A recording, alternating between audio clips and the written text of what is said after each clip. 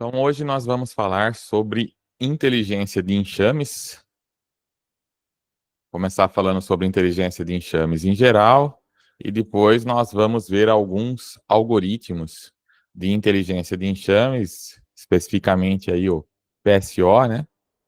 Particle Swarm Optimization, o ACO, o Ant Colony Optimization, e o modelo de competição e cooperação entre partículas. Então, esses são os algoritmos aí que a gente vai estudar, mas antes, vamos falar um pouquinho sobre inteligência de enxames no geral, e depois, na próxima semana, a gente fala especificamente de pássaros e de otimização por enxame de partículas.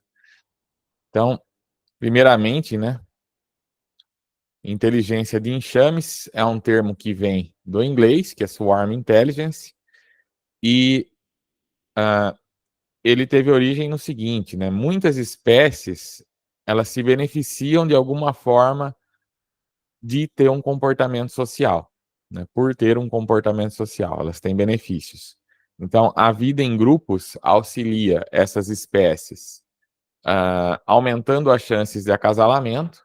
Então, estando em grupo ali, eles podem encontrar parceiros mais facilmente. Facilita encontrar comida, eles podem fazer uma busca mais organizada, se um encontra alguma coisa, avisa os demais, né? Reduz também a probabilidade de ataque por predadores, né? Estando em grupo, a possibilidade de se defender de predadores é maior, né? E os predadores também vão pensar duas vezes antes de atacar um grupo, dependendo das espécies, claro, né? Permite também a divisão de trabalho, né? Então, a vida em grupo faz com que cada grupo, cada elemento do grupo possa fazer uma tarefa distinta, e isso, né, ajudar os demais. E também facilita a caça, né? Para as espécies que são predadoras, caçar sozinho às vezes é mais complicado do que caçar em grupo, né? Em grupo eles podem cercar as presas e tudo mais, né? Então, várias espécies têm algum tipo de comportamento social por conta dessas vantagens, né? E esses comportamentos sociais das espécies inspiraram diversas ferramentas computacionais para a resolução de problemas e para coordenar a estratégia para a robótica evolutiva, por exemplo. Tá? Então, o nosso foco aqui vai ser nessa questão da resolução de problemas, né? A gente vai usar, no caso do PSO, por exemplo, ele é usado para otimização, a mesma tarefa que vocês fizeram com algoritmos genéticos. No caso do ACO, é otimização também, mas em vez de ser um espaço de atributo vetorial, como a gente costuma trabalhar, ele é feito especificamente para grafos. Então, ele é feito para otimização em grafos, para encontrar melhores caminhos, né, menores caminhos em grafos. Tá? E o modelo de partículas já é uma tarefa diferente. Aí a gente vai voltar e poder comparar, inclusive, com os resultados que a gente obteve com redes neurais. Então, ele é mais voltado para classificação. Apesar de ele já ter sido usado em diversas tarefas, né? A tarefa inicial, principal, pioneira dele foi a de classificação, no caso, a classificação semi-supervisionada. A gente vai falar daí da diferença depois entre. A gente falou já de classificação, né? Supervisionada e não supervisionada. Quando formos falar do modelo de competição e cooperação de partículas, vou falar para vocês do modelo dos modelos de aprendizado semi-supervisionado, que são uma categoria que está entre aí o supervisionado e o não supervisionado. Ideal para problemas que tem muitos dados, mas poucos rotulados. Né? Obter dado é fácil, rotular é difícil. Característica dos problemas que nós temos hoje. Né? Então, todos esses modelos foram inspirados na inteligência de enxames, foram inspirados na forma com que algumas espécies trabalham em sociedade. Né? PSO, especificamente, é baseado em pássaros e outros tipos, pássaros, aves em geral, né? O ACO baseado em formigas, principalmente, e o modelo de partículas também, né, baseado em formigas e algumas outras espécies que competem, né, que competem por território, né. Então, tudo isso serve de inspiração para esses modelos para resolver problemas computacionais como otimização, classificação e outros, tá? Depois eu vou falar também das extensões do modelo de partículas para outras tarefas, como segmentação de imagens e tudo mais.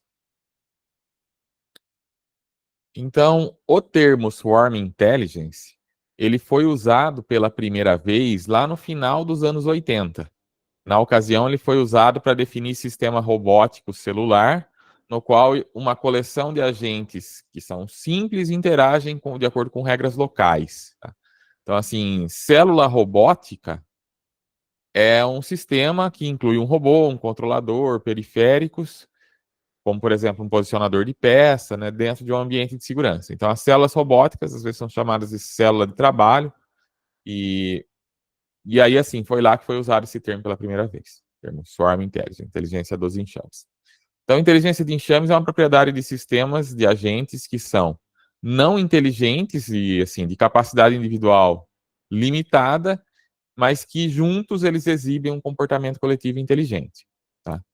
Então, assim, não dizendo, né, que as espécies são não inteligentes, mas a capacidade individual delas, né, assim, porque isso pode se referir tanto a seres vivos quanto a seres artificiais, né? Então, mas quando falamos de seres vivos, por exemplo, a gente pode estar falando de um ser vivo que tem alguma inteligência, claro, mas individualmente ele não tem tanta capacidade. No coletivo, no grupo, a capacidade acaba sendo muito maior. Tá? Caso de formiga, por exemplo, né? Uma formiga sozinha, a capacidade dela extremamente limitada. Mas no conjunto eles fazem coisas, né, que nunca conseguiriam fazer de maneira isolada. Isso vale para muitas espécies, né?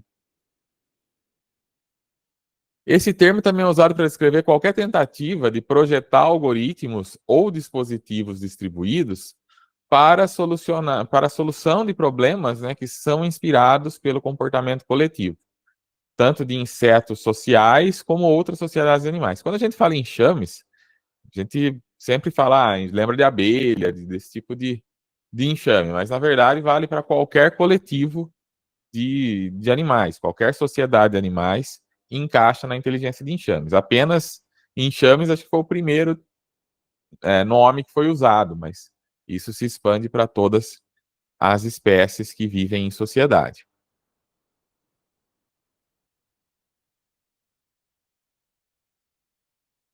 Então, nos enxames, nós temos agentes, que são entidades que são capazes de perceber o ambiente e de agir nesse ambiente.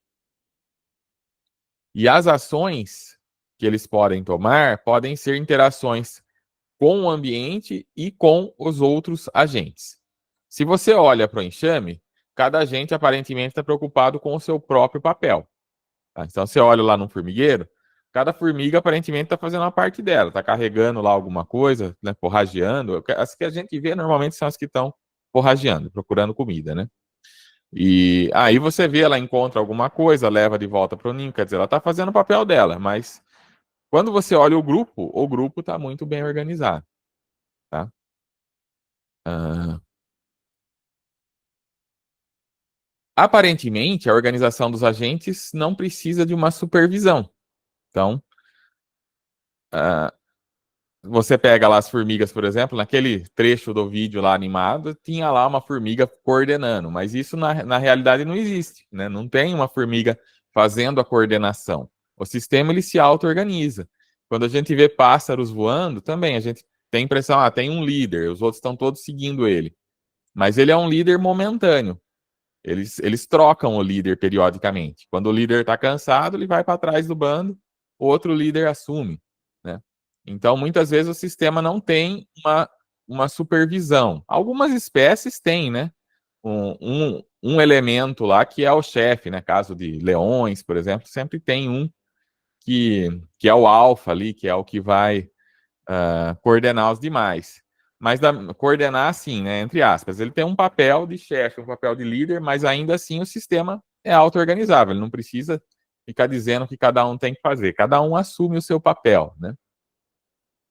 E as interações locais entre os agentes é que frequentemente originam um padrão global. Eu falei um pouco disso lá na introdução, né? Quando eu falei dos morcegos, por exemplo, né? Você vê lá um morcego sozinho, é uma, é uma coisa, né? Quando você vê o conjunto, parece que eles estão coordenados de alguma forma, mas na verdade eles estão seguindo regras simples, né? O que cada morcego faz é, vou voar junto com o bando, vou evitar colidir com os outros membros do bando, né?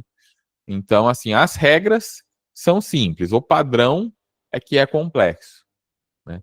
E isso vale também para os sistemas artificiais. Em geral, o que a gente lida é com elementos com regras simples, que quando você combina, emerge um comportamento complexo. Aqui tem alguns princípios básicos de indivíduos que podem, que devem poder, então, né? Os indivíduos de um enxame possuem, tá? Então é a proximidade, a qualidade, a diversidade, a estabilidade e a adaptabilidade.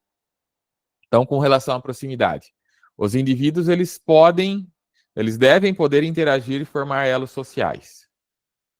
Então, para ter inteligência de enxames, tem que ter interação. É diferente. Tem espécies que vivem isoladas, né? Que não tem essa interação, né? Mas nas que vivem em sociedade, tem que ter essa interação e formar os elos sociais. Com questão da qualidade, os indivíduos eles têm que poder avaliar suas interações com o ambiente e com os outros indivíduos. Ele tem que ver o quão boa foi aquela interação, tá? O quão boa é aquela situação em que ele está, o quão bom foi aquele contato que ele teve. Outra questão é a diversidade. Isso é fundamental na maioria das abordagens de computação inspirada pela natureza, porque isso aumenta a capacidade do sistema de reagir para uma situação inesperada. Então, quando você está otimizando com enxames, a vantagem é que você não deve estar com o enxame todo na mesma posição, né? Eles estão ali próximos, mas em posições diferentes. E isso facilita, principalmente em problemas onde, às vezes, o seu alvo muda, né? Uma situação que muda, o seu sistema consegue se adaptar melhor. Então, isso também vale para os sistemas biológicos, né? Que você tem um conjunto de indivíduos e eles estão ali o tempo todo se avaliando, avaliando os demais e podem mudar as suas posições de acordo com o que eles observam, né? E é fundamental que não sejam todos iguais, né? Porque isso é o que garante, né? Não só, né? A gente já falou de algoritmos genéticos, né? Como a diversidade é importante. E aqui na inteligência de enxames também, né? Você tem que ter indivíduos que sejam diversos, que tenham capacidades, que tenham funções diferentes, que tenham que se adaptem melhor a certos papéis para que o enxame possa se beneficiar como um todo, né? Outra questão é a estabilidade. Os indivíduos eles não podem mudar radicalmente o comportamento a cada flutuação no ambiente, tá? Então, assim, é lógico, todo indivíduo vai tentar se adaptar, vai tentar ser melhor, vai tentar copiar os outros indivíduos que estão se saindo melhor do que ele. Mas, por outro lado, essa cópia não pode ser muito fiel, quer dizer, ele não pode fazer exatamente o que o outro está fazendo, porque isso acabaria com a diversidade. Então, você tem que ter a estabilidade, mas também tem que ter a adaptabilidade, que é o próximo item, né? A capacidade de se adaptar ao ambiente e a mudanças na população. Isso também é fundamental em sistemas de enxames. Então, você vê que acho que todas as sociedades, inclusive a sociedade humana, ela tem esse tipo de comportamento, né? A gente quando a gente quer fazer uma determinada tarefa, não sabemos fazer, o que você vai fazer? Você vai ver como que é feito, como que as pessoas que sabem fazer estão fazendo aquela tarefa. E aí você vai seguir os passos, né? Então, isso vale para qualquer coisa que você for montar, construir, uma receita que você vai fazer, o que você faz? Você vai procurar quem sabe para te ensinar, né? Ou vai procurar lá um vídeo, né? Vai procurar um vídeo no YouTube para te ensinar a fazer alguma coisa. E aí você segue aqueles passos. Mas muitas vezes, né, a gente não consegue seguir exatamente igual e acaba mesmo assim tendo algum sucesso. Esportes, né? Em esportes também isso é muito comum, né? Jogos, né? A gente observa outras pessoas e tenta copiar aqueles passos. Vê ali a jogada que alguém fez, vê ali aquele movimento, aquilo que pode te levar a uma vantagem. E de repente, né? Quando algum esportista lá cria uma nova jogada, um novo movimento, e aquilo ele teve sucesso, o que acontece? Muitas vezes outros vão tentar repetir aquilo, né? Outras equipes, outros jogadores vão tentar repetir aquela estratégia, né? Então, isso é algo que faz com que a sociedade toda, né, o conjunto todo acabe evoluindo. Porque quando um teve sucesso, os outros falam, opa, vou tentar fazer isso daqui também. Mas sempre mantendo, né, a questão da adaptabilidade com estabilidade, né? Você não pode sempre abandonar totalmente aquilo que você está fazendo para fazer o que o outro está fazendo. Muitas vezes, o melhor resultado é uma combinação daquilo que o outro está fazendo e daquilo que você está fazendo. Você acrescenta alguma coisa ali, naquele modelo, naquela receita, que pode melhorar. Esse princípio é o que acaba fazendo com que os modelos melhorem com o tempo, né? Então, essas coisas todas andam juntas, mas tem que ser balanceadas, dosadas, para que o negócio funcione. Não pode ser adaptável demais, nem estável demais. Tem que ser um meio termo entre os dois, né? E mantendo a diversidade naturalmente.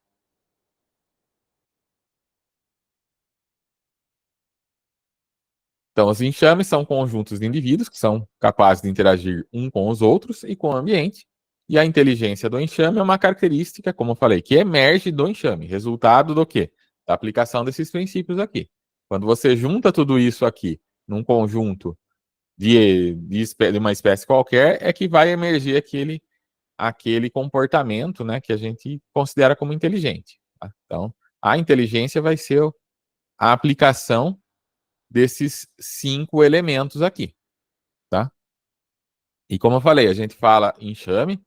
Enxame, quando a gente ouve, a gente pensa em abelhas e insetos, mas isso pode ser aplicado para qualquer coleção de agentes, pelo menos aqui em termos computacionais. Então, uma colônia de formiga pode ser considerado como um enxame, e o comportamento que emerge é a inteligência de enxames. Um bando de pássaros, um rebanho de animais, um enxame de abelhas, um cardume de peixes, uma colônia de bactéria, o próprio tráfego, né? Aqui são todos seres vivos, mas você pode pensar em tráfego de veículos, não são vivos, né? Mas a forma como o tráfego acontece já inspirou modelos para resolver problemas computacionais. Uma multidão de pessoas, né, também acabam tendo um comportamento, às vezes, né, inteligente, que pode ser copiado para tarefas, resolver problemas, né, tarefas computacionais. Aqui, então, vamos falar um pouquinho agora, vou mostrar algumas fotos e falar de alguns modelos, né, alguns organismos que já inspiraram modelos computacionais. Tá? Então, formigas é um dos que originaram vários algoritmos, né? Inclusive o ACO, que a gente vai ver, e o modelo de partículas. Tá? Então, aqui eu peguei uma. Eu chamei de congresso de formigas. Falei, nossa, nunca vi tanta formiga junto aqui. Mas, na verdade, isso aqui muitas vezes é o que acontece, né, quando as formigas estão fazendo algum tipo de mudança, né? Às vezes as formigas domésticas, principalmente, né? Às vezes acontece delas por conta de condições inadequadas no formigueiro atual, algum repelente, alguma coisa do tipo, elas resolvem mudar de lugar, né? E aí nessa mudança, muitas vezes você vê algumas formigas carregando aqui, ó, os ovos, né? As formigas, as larvas das outras formigas, das que ainda estão por nascer, né? Então são as raras situações que a gente vai ver isso, porque em geral elas ficam dentro do formigueiro e só saem quando estão prontas, né? A formiga só, ela passa por todo o estágio, né? Pela metamorfose dela, e só quando ela está pronta que ela sai, né? Quando ela já está na fase adulta, aí no caso, né, que ela vai sair do ninho. As forrageadoras, que normalmente a gente vê. Em raras ocasiões a gente vê as rainhas, né, e os machos que saem para revoada, né? Elas voam, né? Saem com asas e tal. Mas os ovos em si, né, e e as formigas em estágios iniciais, né? Antes de passar pela metamorfose completa, a gente não costuma ver as pulpas, né? Mas aqui a gente vê quando elas estão fazendo essa mudança, porque elas têm que carregar isso para outro lugar, né? Então aqui vocês vão ver algumas assim. Algumas que estão carregando alguma coisinha aqui. né? Vocês veem uns branquinhos aqui, né? São as futuras formigas aí, né? São as larvinhas, as que estão nos estágios da metamorfose. A gente vai falar em detalhes dos estágios depois, tá? Mas o que que as formigas originaram, então, né? Um dos modelos mais famosos é o Ant-Colony Optimization, tá? Então, o Dorigo criou esse modelo inicialmente no doutorado dele, mas depois esse modelo foi expandido, virou uma meta-heurística, né? Então, é um modelo que teve muitas modificações e aplicado em muitas coisas, né? Então, esse é só um dos artigos, mas se vocês procurarem, algoritmos baseados em formigas, tem muitos, tá? E o modelo de partículas, que é esse que eu desenvolvi durante o doutorado, também é um deles, tá? E também é inspirado na forma como as formigas marcam território, a gente já falou, né, do feromônio. Isso é usado no ACO, é usado aqui no modelo de partículas também. E da forma que elas usam o feromônio para marcar caminhos e também a forma como elas disputam território, como elas defendem território. Não só as formigas, mas espécies que controlam territórios de alguma forma, isso é usado para poder fazer a classificação, sendo supervisionada com o modelo de partículas, tá? Então aqui várias fotos aí de formigas, a gente vai falar bastante delas, né? Então a formiga argentina, formiga que se espalhou pelo mundo todo. Vamos falar também de pássaros, né? Os pássaros que inspiraram modelos como Particle Swarm Optimization, PSO, que a gente vai ver semana que vem. Então, o comportamento de pássaros, e hoje a gente vai ver depois documentário aí que vai mostrar bastante disso. Visualmente, vocês vão ver o comportamento dos pássaros e a forma como isso inspira, né, modelos computacionais, a forma como eles andam em conjunto, como eles colaboram, né, com os outros do bando, né. Aqui, por exemplo, ó, você olha isso aqui, olhando de longe, parece que são insetos até, mas não são, tá? Vocês vão ver no documentário depois. Tem algumas espécies que elas andam em milhares de elementos juntos e fazem essas formações aqui bem características, assim, né? Você consegue ver o grupo, apesar deles serem pequenos, né? Você vê aquele grupo no ar e chama bastante atenção, assim, pela quantidade e pela coordenação entre eles, tá? Então, aqui gansos, gaivotas, várias espécies de pássaros que inspiram modelos, né? Em particular, os gansos, tá? Eles também levaram a outros modelos aqui, como o modelo aqui do ganso selvagem, tá? E esse outro modelo de otimização de partículas com líder e seguidores, são modelos que são inspirados no comportamento de gansos, tá? Rebanhos de animais também, em geral, né, originaram alguns tipos de algoritmos de inteligência de enxames. Então, por exemplo, a gente tem a otimização do búfalo africano, tá? Que é através, que é inspirada, né, nos búfalos africanos, naturalmente. Temos aqui o algoritmo de camelos, tá? Então, esse acho que não é um camelo, deve ser um dromedário, tá? Mas, enfim. Camelos também inspiraram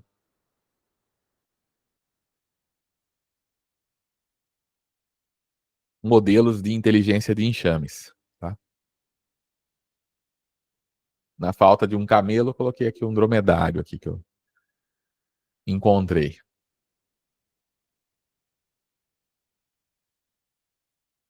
Ovelhas também já inspiraram modelos computacionais, né? Então aqui temos um modelo de algoritmo de ovelhas, ó, e aqui um algoritmo de cabras, tá?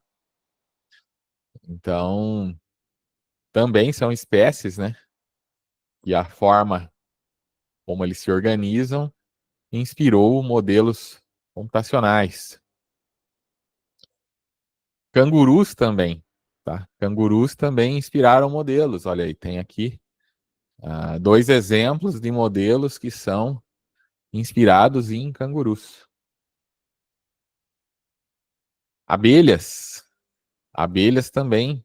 Um dos algoritmos mais famosos de inteligência de enxames é o Bee Colony Optimization. inspirado justamente nas abelhas, tá?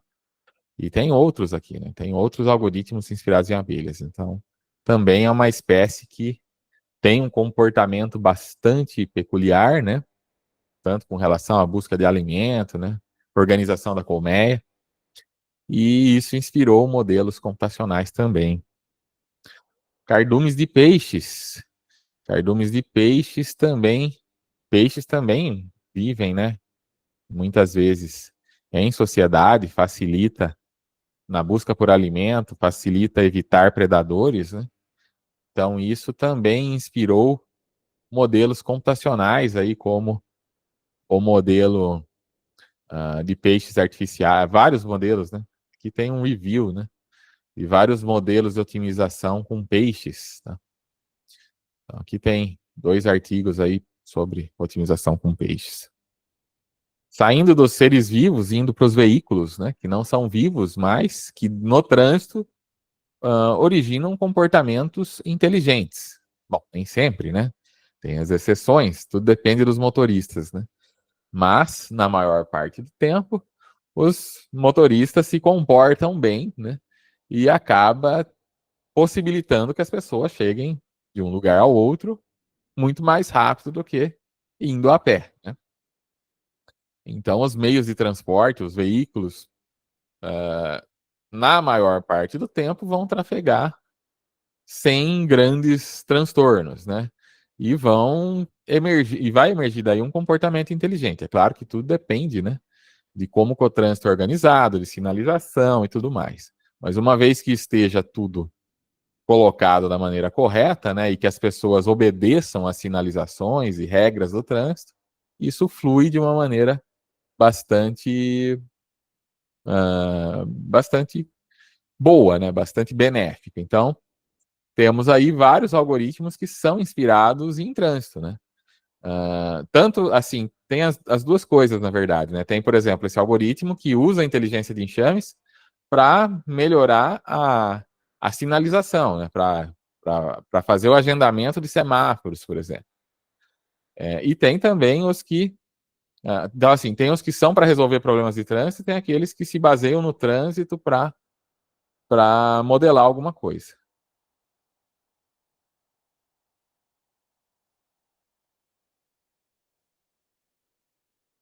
Umas fotos de trânsito aí. Aqui em particular,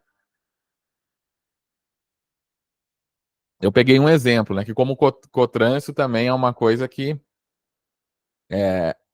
ele meio que as pessoas se adaptam, né, a ele, né?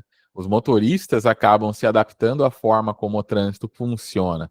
Por que eu digo isso, né? Porque a gente tem formas, né, diferentes, né, de sinalização em diferentes países. E os motoristas são adaptados a esses modelos diferentes de trânsito em cada país, né? Então, por exemplo, o trânsito aqui em Rio Claro é uma coisa, o trânsito em São Paulo, capital, é uma coisa totalmente diferente. Eu fui uma vez para lá dirigindo, num domingo, que nem tinha muito trânsito, e não tenho vontade nenhuma de voltar. Quer dizer, é um trânsito muito intenso, é um trânsito, né? Uh, mas, por outro lado, as pessoas, para conseguir dirigir num trânsito intenso como aquele, elas são também bastante atentas, né, às sinalizações, né? Então, uma coisa que a gente às vezes vê, né, em cidades do interior, como o caso de Rio Claro, né, é que você dá a seta ali que você vai mudar de faixa e ninguém te dá espaço. Às vezes você fica um tempão ali tentando passar e ninguém deixa. E você vê que na capital isso não acontece. Você dá seta, alguém rapidamente te dá o espaço. Porque eles já estão acostumados com isso, né? Já estão mais acostumados com essa mudança constante de faixa, coisa que aqui no interior a gente às vezes não encontra. Muitas vezes eu passo raiva aqui, porque o pessoal quer andar em fila simples e em rua quer para andar de fila dupla. Às vezes até tem a sinalização lá de 2 faixas, a pessoa fica andando no meio da rua, né? Então, são questões de adaptação. E muitas vezes você vê motorista da capital que vem para o interior e também fala um monte de bobagem, porque você fala, pô, como que o cara dirige lá em São Paulo e vem fazer bobagem aqui em Rio Claro?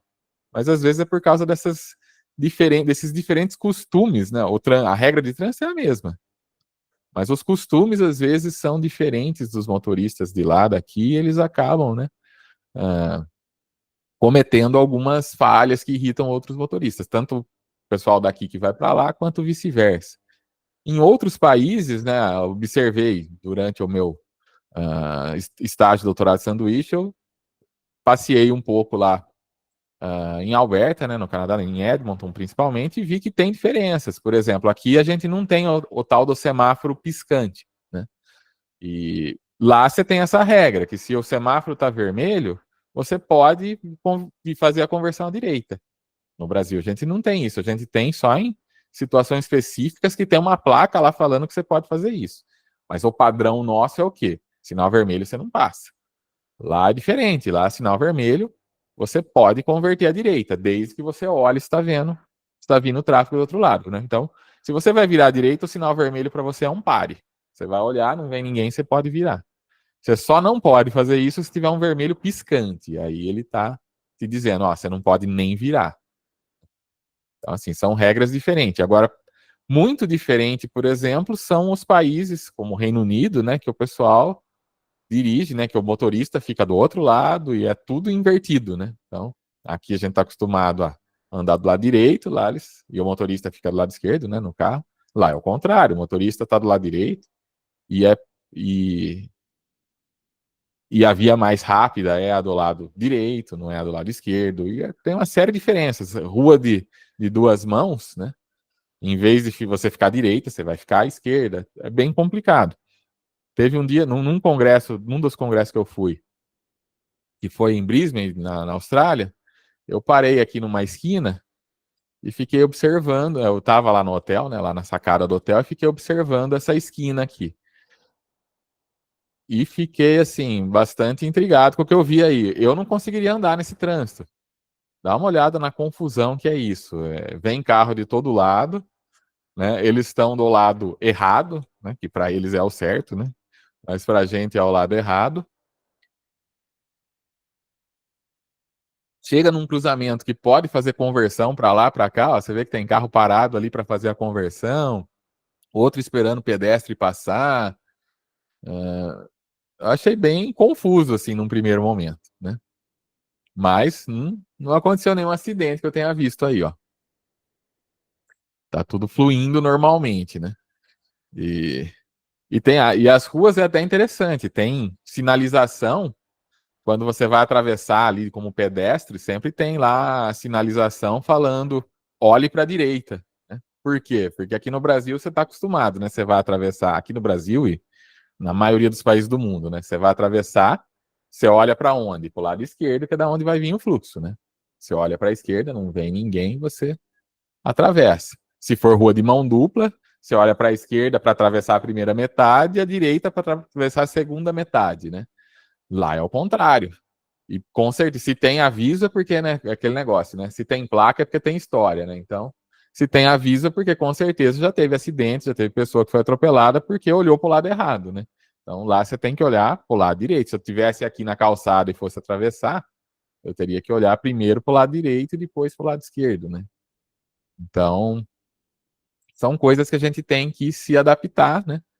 E, e essa inteligência do trânsito também é um tipo de inteligência, algo que vai evoluindo aí com os motoristas e pedestres e tudo mais. E, uh, e esse comportamento inteligente pode ser usado, né, para modelar sistemas. E vice-versa, né? E você pode usar os outros modelos também para tentar criar um trânsito mais inteligente, né? Multidões de pessoas. Multidões de pessoas, assim, muitas vezes a gente vê a desinteligência acontecendo, né? O pessoal correndo, se pisoteando, né? Se empurrando. Mas a verdade é que isso são, assim, a gente presta atenção nessas situações porque é o que chama atenção, né? Sempre vai virar notícia quando aconteceu alguma coisa errada, né? Mas, no geral, as pessoas se comportam bem, né? Exceto, né, aquelas promoções de Black Friday que a gente vê, não aqui, né, nos Estados Unidos e tal, né? Aqui também já aconteceu agora que começaram a fazer, né? Aquele pessoal que entra de repente e quebra toda a loja, né? Então isso é o comportamento que não é lá muito inteligente, né? Quando eu era criança, eu passei por uma dessas, né? Uma vez tinha lojas americanas. No tempo que lojas americanas era boa, né? Hoje em dia é uma fração do que era antes, né? Antes era supermercado, era um hipermercado, tinha de tudo, né? Eram enormes as lojas deles. E eu lembro que uma vez eu era criança ainda, fui com meus pais para Piracicaba, lá no shopping onde tinha uma Americanas. E eles faziam aquelas ofertas relâmpago, né? E aí na oferta relâmpago, aquele produto da promoção ele vinha, né? Naqueles tempos não existia ainda o código de barra, existia código de barra, né? Mas não era assim que se passava no caixa, né? Hoje você escaneia o código de barra e o sistema puxa o preço. Naquele tempo não era assim, cada produto tinha lá o seu selinho de preço. E a oferta relâmpago era assim, era muito mais barato. Então algo que custava, sei lá, 1.000 cruzeiros cruzados, sei lá, eu qual era o dinheiro da época, ia sair por 200, era um preço, um desconto muito bom. E mas para conseguir o desconto, você tinha que, na hora que tivesse a oferta, você tinha que pegar o produto lá do, do pallet lá que vinha já com o selinho do desconto, né? Se você fosse pegar ele na prateleira depois, você não ia ter o desconto. Você tinha que pegar o que tinha o selinho do desconto. E eles anunciavam e o pessoal ia tudo lá perto do da saída, né? Da saída da onde vinha lá o container da parte interna, ou container não, o pallet da parte interna, onde tinha lá o produto. E numa dessas anunciaram lá um brinquedo, acho que era o rouba-queijo, se não me engano. Eu tive um desse na infância. E aí todo mundo se amontoou ali, né? Tava toda aquela multidão ali esperando vir o carrinho com o pallet que ia ter ali. Tava cheio ali do brinquedo que tava na promoção. E aí eu tava lá esperando para pegar, tava todo mundo quietinho, né? Uma mulher bem intencionada viu lá, né? Eu pequenininho ali, vem aqui na frente, né? Para você pegar, né? E eu fui, né? Só que eu não imaginava, né? Era criança, né? Nunca tinha visto isso. Achei que a hora que abrisse a porta, todo mundo ia lá civilizadamente, ia pegar um, né? E ia sair, né? E não foi bem assim, né? A hora que o cara saiu com o pallet lá, o pessoal avançou em cima, né? Eu fui jogado por um canto lá, assim, não fui pisoteado, mas esbarraram em mim umas 20 vezes ali, gente correndo para pegar lá os brinquedos e rapidamente o pallet ficou vazio, né? Aí veio uma outra mulher que viu que eu tava lá chorando no canto lá por ter quase sido sufocado pela multidão ali. Ela achou que eu tava chorando porque eu não tinha pegado o brinquedo, né? Não era por isso. Nem era pelo brinquedo, era porque realmente tinha sido, né, bem traumatizante o negócio ali, né? Mas pelo menos foi rápido, né? O pessoal pegou ali e rapidamente eu pude respirar de novo, porque na hora ali foi uma confusão danada. Então, esse foi um exemplo que não é um bom exemplo, é um exemplo de multidão se comportando mal. Mas, na maior parte do tempo, as multidões se comportam bem, né? De forma que você tem muitas pessoas em lugares, às vezes, com muitas pessoas, e elas estão ali, né? Seguindo regras de boa conduta, de uma não pisar em cima da outra, uma não esbarrar na outra, né? Pedir licença, né? Você tem que sair no meio de um show, tem um monte de gente, você consegue ir passando, você precisa sair por algum motivo, você vai pedir licença, vai. Duas pessoas, às vezes, indo na mesma direção, tem aquela regrinha que eu aprendi na escola ainda, muita gente não usa. Você está indo na direção de outra pessoa, você desvia para a direita, né? Pelo menos aqui no Brasil, né, que é um país que a gente dirige do lado direito, então acho que essa regra é derivada disso, né? Mas eu aprendi, foi uma policial uma vez, quando eu estava no primeiro grau ainda, que hoje é o fundamental, e ensinou isso, lá, você está andando na rua, vem uma outra pessoa na mesma direção com você, se os dois desviarem para a direita, ninguém tromba, né? Agora, se um resolve para a direita, outro resolve para a esquerda, os dois vão acabar se trombando, né? Então, são regrinhas básicas que funcionam na maior parte do tempo. Shoppings, locais, né? Ah, eu fui na inauguração do shopping de Rio Claro, por exemplo. Né? Tô entregando a idade, né? Mas eu lembro que eu fui na inauguração aqui. Eu não fui para ir lá. Na verdade, eu tinha um curso de inglês aqui que eu tinha que pegar o ônibus e, como o ônibus era de hora em hora, eu tinha uma meia hora de sobra quando eu chegava. Porque se eu pegasse o outro, eu chegava atrasado, então eu tinha que chegar meia hora antes. Eu usei essa meia hora para ir lá na inauguração. Tava lotado, lotado, lotado. Mas não teve nenhum incidente, né? Tava todo mundo andando ali, olhando, admirado, e tudo correu bem, né? nos próximos, né? Como toda inauguração, né? A inauguração sempre enche de gente e depois o negócio vai esvaziando, né?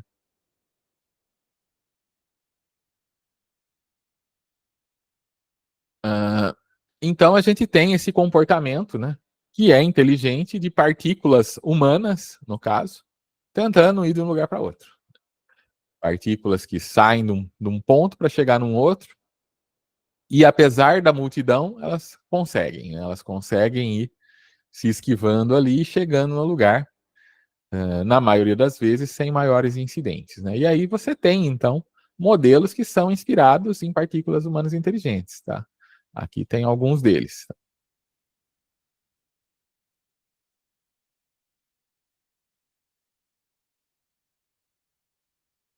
As interações da inteligência de enxames, ela pode ser muito simples.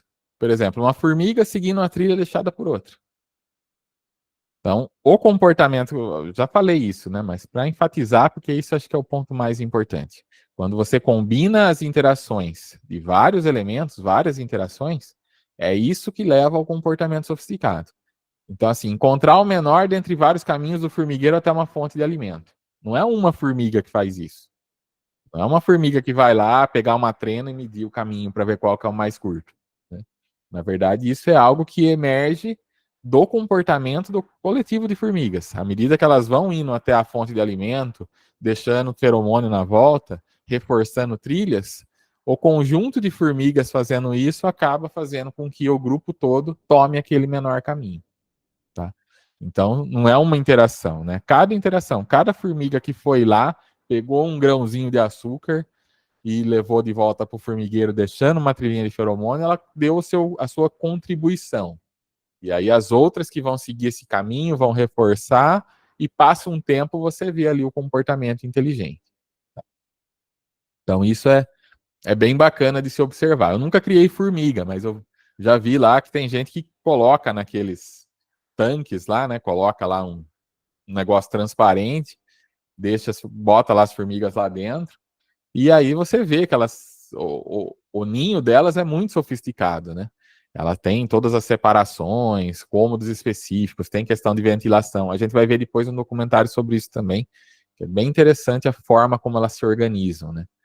E, e tudo isso é um comportamento coletivo, né? Não é uma formiga. Não adianta você jogar uma formiga lá no tanque que ela não vai criar, mas se você coloca lá a rainha, né? Coloca o formigueiro inteiro lá, você vê que aquele comportamento inteligente vai emergir e ser visível ali. Não criei formigas, mas criei ah, borboletas na época da escola. Foi uma experiência. Eu vou falar para vocês depois, quando for falar das formigas, tá? Borboletas e minhoca. Minhoca também foi uma experiência. Não sei se a criançada ainda faz isso na escola, mas naquele tempo tinha isso. Então, os resultados que são alcançados por interações simples inspiram soluções computacionais. Como? Eu já falei, né? Algoritmos para definição de melhor trajetória de robôs. Então, robôs numa fábrica, como você faz para eles não se esbarrarem um, não atrapalhar o outro, né? Você pode também usar algoritmos de inteligência de enxames para isso. Da mesma forma que pessoas numa fábrica não vão trombar uma com as outras, né? Ou pelo menos não deveriam. Os robôs também podem otimizar suas trajetórias para que não esbarrem. Algoritmos para definição de redes de telecomunicação e distribuição de energia. Isso também é algo bastante relevante, né? Rede de telecomunicação, onde que eu passo cabeamento, rede de distribuição de energia. Um país como o Brasil, que tem um território muito grande, e a gente precisa levar a energia das hidrelétricas, que são nossa principal fonte, até todos os pontos que precisam de energia. E a gente sabe que até hoje a rede não está totalmente conectada. Tem pontos ainda que estão fora do sistema de distribuição. Mas imagina qual que é a dificuldade de planejar um sistema de distribuição, né? Levar a energia até várias regiões diferentes, saber o tipo de estrutura que você precisa, né? Quanto de corrente que vai passar em cada um desses cabos para poder chegar em cada lugar, né? Então não é uma tarefa fácil, e muitas vezes você pode otimizar isso usando modelos de otimização mesmo, né? Modelos criados especificamente para poder fazer essa otimização do sistema de distribuição. Algumas outras inspirações, né? A forma como os insetos agrupam seus mortos e ordenam suas larvas pode ajudar a analisar dados bancários. Formas de fazer grupos e, de repente, perceber se tem alguma coisa fora do comum. Serve também para fazer ordenação. Então, você tem algoritmos para isso que são inspirados, né, nos insetos. Outra coisa, divisão de trabalho entre as abelhas pode ajudar a definir linhas de montagem em fábricas. Outra inspiração que já foi usada. Então, assim, existem muitos algoritmos que são baseados em enxames, muitos mesmos, muitos baseados em organismos diferentes. Existem críticas, tá? Tenho que dizer isso também, tá? Existem críticas com relação a isso, porque em certo momento, parece que isso como era a bola da vez, né? Então, tinha muita gente criando novos algoritmos baseados em algum organismo. E aí, em certo momento, alguém, né, não lembro exatamente, mas alguns autores começaram a criticar, assim, a criação de outras heurísticas, aí, de outros modelos baseados em enxame, em que eram muito parecidos a modelos existentes.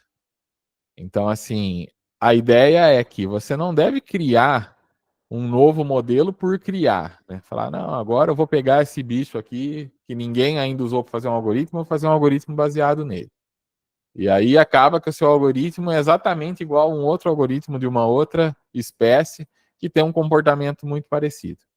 Então, isso também aconteceu, né? Tem modelos lá que é a metáfora por si só, né? Então, assim, o objetivo não deve ser a metáfora, né? Falar, vou criar né? Olhei aqui uma nova espécie, né? Ninguém criou ainda um algoritmo baseado nos enxames de unicórnios cor-de-rosa. Então, vou fazer o algoritmo do enxame de unicórnio cor-de-rosa. Não é uma boa ideia, porque, né? O que eles fazem de diferente dos bichos que tem 2 chifres e tem já modelo baseado neles? Ele tem algum comportamento diferente? Não tem. Então, parece que não encaixa, né? Então, teve muitos modelos que foram criticados por isso, por tá fazendo essa metáfora como objetivo. E isso não é o objetivo. O objetivo é o quê? É criar realmente um novo modelo que tem uma característica que se destaque. Né? Então, esses modelos, né, como o PSO, a CO, são modelos pioneiros, modelos que realmente viram, olha, tem um comportamento aqui que dá para levar para um modelo computacional que vai ser diferente de tudo que já existe. Então, muitos modelos são assim. Tem uma característica lá naquela espécie que levou a um algoritmo que é diferente dos demais. E aí vale a pena, né? Aí sim, essa metáfora é uma metáfora válida. Mas teve os casos com críticas por conta de ser assim, muito parecido. Alguém fez lá uma pequena variante de um modelo que já existe, mas trocou lá a espécie só para dizer que é um novo modelo. Aí já não é algo muito legal de se fazer, né? Mas essa é uma área que tem bastante atividade. Tá? Então, assim, esses modelos aqui em particular, eles tiveram muitas extensões. Então, você tem você tem o PSO clássico, mas você tem muitos outros PSO para situações específicas, para dados específicos, né?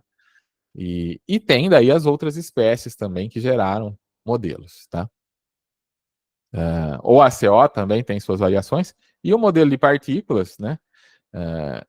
Que, claro, é o menos famoso de todos aqui, é o modelo que eu desenvolvi no doutorado, mas também fizemos diversas extensões desse modelo, não só eu, né? Não só eu continuei trabalhando nisso, mas outras pessoas, outros alunos do meu orientador, né?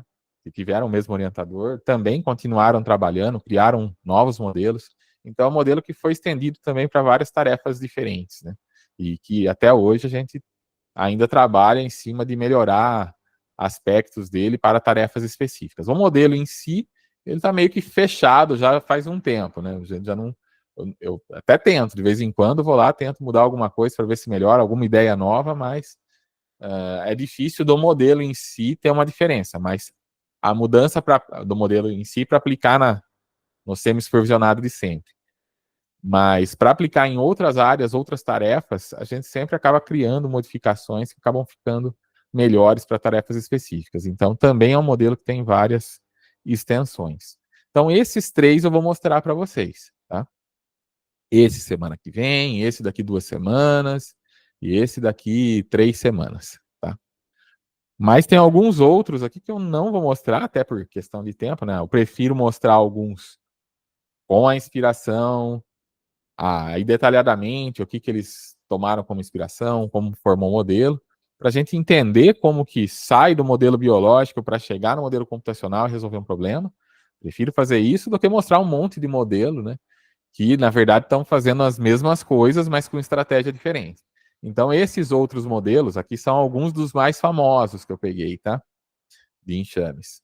Esses aqui eu não vou mostrar e todos eles são sugestões de seminário para vocês. Então, se alguém quiser pegar algum desses aqui e mostrar como seminário, tá valendo, tá? Então, vagalumes, o algoritmo de lobo cinza, bastante conhecido também. Esses são de otimização também, tá? Mas o de lobos, baseado nos diferentes papéis dos lobos cinzas, né? Tem o alfa, tem o beta, cada um com o seu papel, e eles usam isso para fazer uma otimização diferente. E costuma funcionar bem, né? Tem bons resultados. De vagalumes, né? Também baseado na sincronização entre os vagalumes, né? Como eles piscam, né? Quando eles estão juntos, como eles vão piscar de maneira sincronizada. O forrageamento de bactérias também já foi mostrado em seminários de anos anteriores também. Bem interessante, né? A forma como as bactérias fazem forrageamento.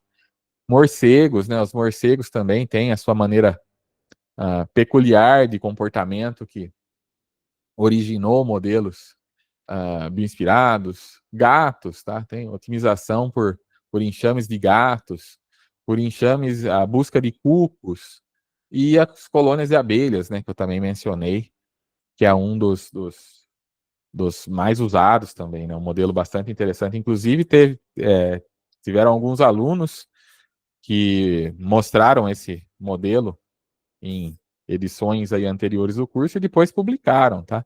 Então eu até postei aí para vocês no Classroom um artigo que foi publicado por alunos que passaram por esse curso e que usaram o modelo de abelhas para fazer lá algumas tarefas referentes a sistema bancário, né?